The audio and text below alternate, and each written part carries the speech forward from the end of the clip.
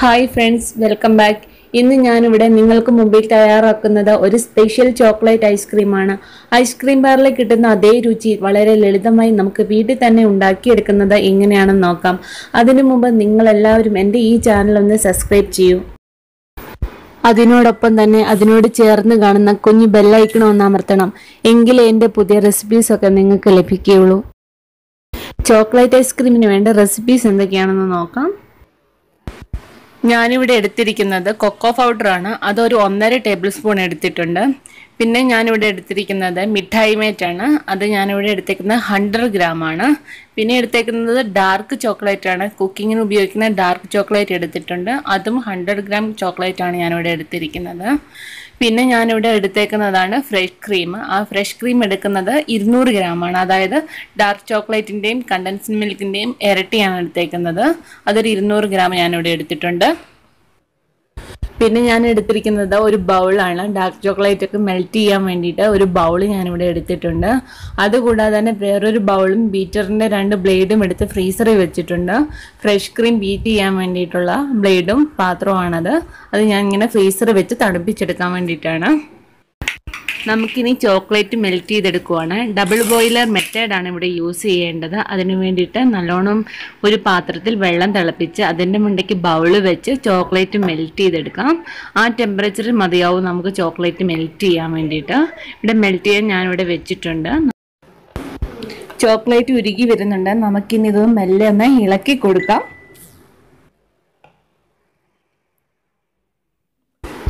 Chocolate ഇവിടെ മെൽറ്റായി വന്നിട്ടുണ്ട്. നമുക്ക് ഇനി ഈ ഡബിൾ ബോയിലിംഗ് പ്രോസസ്സിൽ നിന്ന് എടുത്ത് മാറ്റി വെക്കാം. അതിനുശേഷം നല്ലോണം ഒന്ന് ഇളക്കി കൊടുക്കാം.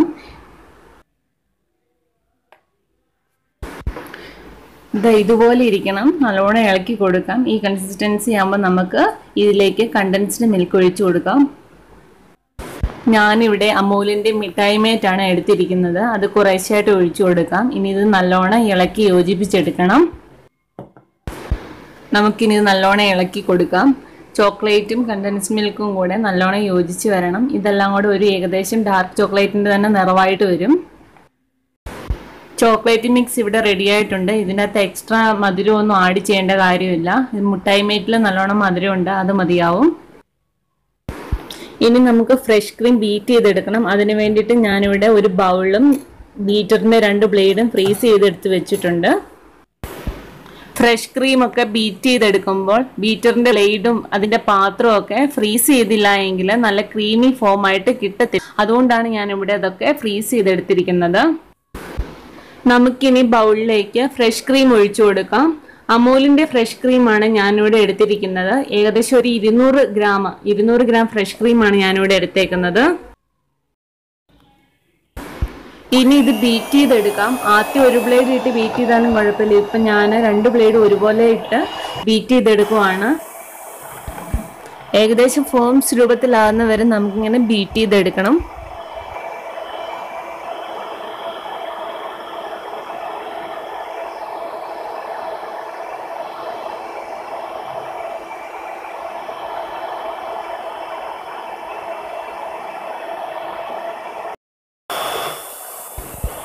ഇപ്പോൾ ഏകദേശം ഇവിടെ ക്രീം സോഫ്റ്റ് ആയിട്ട് വന്നിട്ടുണ്ട്. ഏകദേശം 5 തൊട്ട് 6 മിനിറ്റ് വരെ ഞാനിവിടെ ബീറ്റ് ചെയ്തിട്ടുണ്ട്. ഈ സമയം കൊണ്ടൊന്ന് സോഫ്റ്റ് ആവുക മാത്രമാണ് ചെയ്തത്. നമുക്കിത് കണ്ടിന്യൂ ചെയ്തുകൊണ്ടിരിക്കാം. ഇപ്പോൾ ഇത് പാത്രം ചൂടാവുകയെന്ന് തോന്നുവാണെങ്കിൽ നമുക്കിതൊന്ന് ഫ്രീസറിൽ വെച്ച് ജസ്റ്റ് ഒന്ന് തണുപ്പിച്ചെടുത്തിട്ട് വീണ്ടും ബീറ്റ് ചെയ്തെടുക്കാം.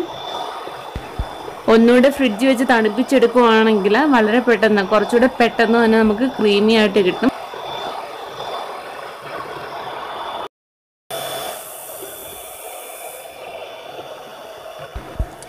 ഇവിടെ ഞാൻ ഈ ക്രീം ഒന്ന് തണുപ്പിച്ചെടുക്കുവാണ്. പെട്ടെന്ന് എടുക്കാൻ വേണ്ടിയിട്ട് ഞാൻ ഫ്രീസറിലാണ് വെക്കുന്നത്. ഫ്രീസർ വെച്ച് തണുപ്പിച്ചെടുത്ത ശേഷം നമുക്ക് ഒന്നും കൂടെ ബീറ്റ് ചെയ്തെടുക്കാം.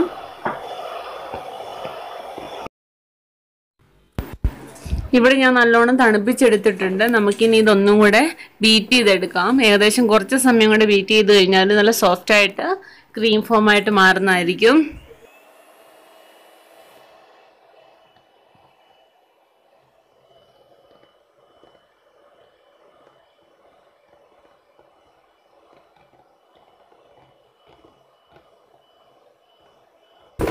ഇത് ഇപ്പം ഇവിടെ ക്രീം ഫോം ആയിട്ട് വരുന്നുണ്ട്, നല്ല ക്രീമി ആയിട്ട് വരുന്നുണ്ട്. ഏകദേശം ഇതിനേക്കാളും കുറച്ചും കൂടെ വരുന്നതാണ് കണക്ക്. ഇത് നല്ലോണം പതഞ്ഞ് ഫോംസ് രൂപത്തിലാവുന്നതാണ് കണക്ക്. ഞാനിവിടെ ക്രീം രൂപത്തിലാണ് എടുക്കുന്നത്. കുറച്ച് സമയം കൂടെ ബീറ്റ് ചെയ്താലാണ് ഫോംസ് ആവത്തുള്ളൂ.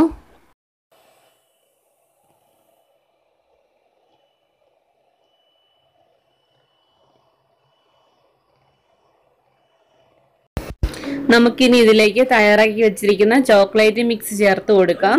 അതിനുശേഷം നമുക്ക് കൈകൊണ്ട് തന്നെ സ്പൂണ് വെച്ച് നല്ലോണം ഇളക്കി യോജിപ്പിക്കണം.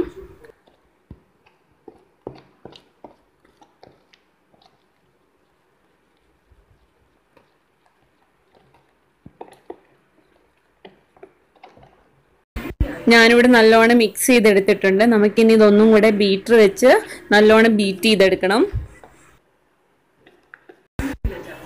ഇതുപോലെ 5 മിനിറ്റ് ഞാൻ നല്ലോണം ബീറ്റ് ചെയ്തെടുക്കുന്നുണ്ട്.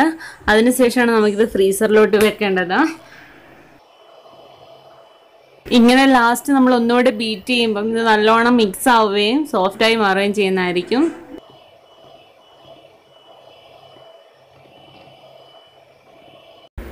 ചോക്ലേറ്റ് ഐസ്ക്രീമിൻ്റെ മിക്സ് ഇവിടെ റെഡി ആയിട്ടുണ്ട്. നമുക്കിത് ഒരു പാത്രത്തിലേക്ക് ഒഴിച്ചു കൊടുക്കാം. അതിനുശേഷം അതിൻ്റെ എയർ ഒന്ന് ചെറുതായിട്ട് തട്ടിക്കളഞ്ഞതിന് ശേഷം അടച്ച് ഫ്രീസറിൽ വെച്ച് തണുപ്പിച്ചെടുക്കാം.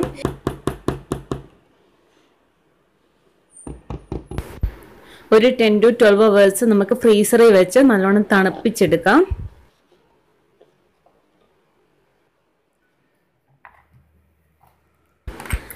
ഞാനിവിടെ 12 hours ഫ്രീസറിൽ വെച്ച് നല്ലോണം തണുപ്പിച്ചെടുത്തിട്ടുണ്ട്. നമ്മുടെ ഐസ്ക്രീം ഇവിടെ റെഡി ആയിട്ടുണ്ട്. നമുക്കിനി ഇതിനെ ഒരു സെർവിങ് ബൗളിലേക്ക് മാറ്റാം. ഒരു ഐസ്ക്രീം സ്കൂപ്പർ വെച്ച് നമ്മൾ ചെയ്യുവാണെങ്കിൽ നല്ല ഷേപ്പിൽ ഈസി ആയിട്ട് നമുക്ക് സെർവ് ചെയ്തെടുക്കാൻ പറ്റും. ഇപ്പോൾ തവി വെച്ച് ചെയ്യുന്നതുകൊണ്ടാണ് ഷേപ്പ് ഔട്ട് ആയിട്ടിരിക്കുന്നത്. നിങ്ങളെല്ലാവരും ഇതൊന്ന് ട്രൈ ചെയ്ത് നോക്കണം. വളരെ ലളിതമായിട്ട് ഐസ്ക്രീം ബാറിൽ കിട്ടുന്ന അതേ രുചിയിൽ നമുക്ക് ഹോം മെയ്ഡായിട്ട് ചോക്ലേറ്റ് ഉണ്ടാക്കി എടുക്കാവുന്നതാണ്. കുട്ടികൾക്കൊക്കെ ഇത് കൊടുക്കാൻ വളരെ ഹെൽത്തി ആയിരിക്കും. വീഡിയോ കണ്ടിട്ട് ഇഷ്ടപ്പെട്ടാൽ നിങ്ങളുടെ അഭിപ്രായങ്ങൾ കമൻറ്റ് ബോക്സിൽ രേഖപ്പെടുത്താൻ മറന്നു പോകരുത്.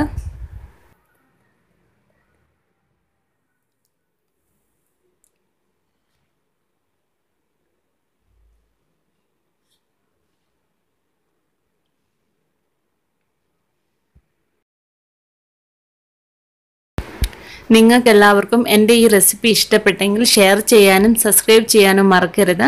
അതിനോടൊപ്പം തന്നെ താഴെ കാണുന്ന കുഞ്ഞു ബെല്ലൈക്കണും ഒന്ന് അമർത്തണം. Thanks for watching.